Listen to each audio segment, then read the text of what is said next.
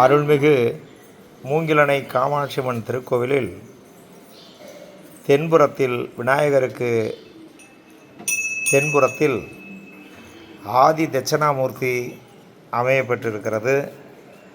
இந்த தட்சிணாமூர்த்தி அதிக பக்தர்களுக்கு தெரிவதில்லை.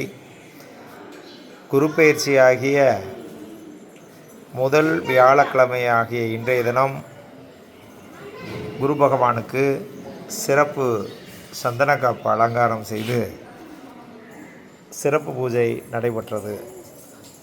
இங்கு ராகு, கேது, சிவன், சக்தி, விநாயகருடன் கூடிய தட்சிணாமூர்த்தியாகும்.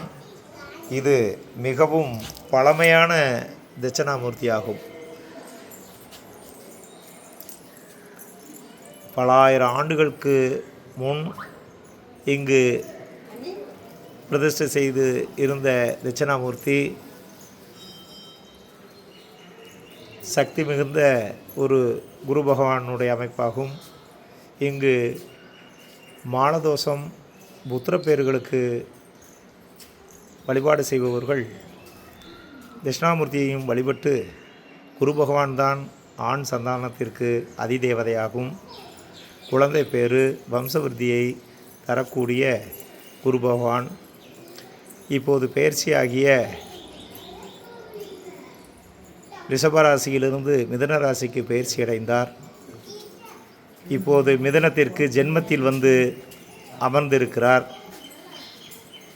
5 சுபராசிகளாகிய ரிஷபராசி, சிம்மராசி, துளாராசி, தனுசு ராசி, கும்பராசி, இந்த 5 ராசிகளுக்கும் சிறப்பான பலனையும் 7 சுமாரான பலன்களை வழங்கக்கூடிய 7 ராசிகளாகிய மிதுன ராசி, கடகராசி, கன்னிராசி, விருச்சக ராசி, மகர ராசி, மீனராசி,